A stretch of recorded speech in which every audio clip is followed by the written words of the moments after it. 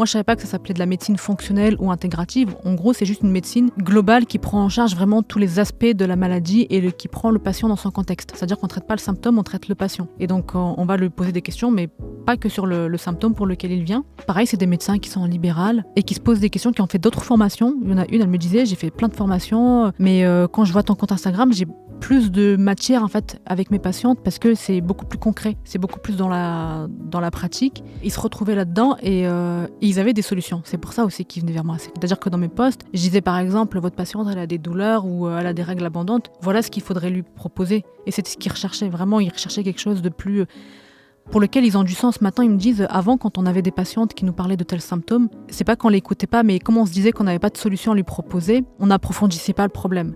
Maintenant, comme on sait qu'on peut lui proposer quelque chose, bah oui, on va lui poser des questions, on va approfondir le problème et on a des solutions à lui proposer. Et ça change et la vie de la patiente et celui du médecin, parce que notre rôle, franchement, quand t'es médecin et que tu t'arrives pas à soigner une patiente, il n'y a pas rien de plus frustrant. Même juste soulager une patiente qui te remercie parce que tu l'as soulagée de ses douleurs ou qu'elle a plus ses symptômes et que sa vie va mieux depuis qu'elle te consulte, franchement, on recherche pas la reconnaissance tout le temps.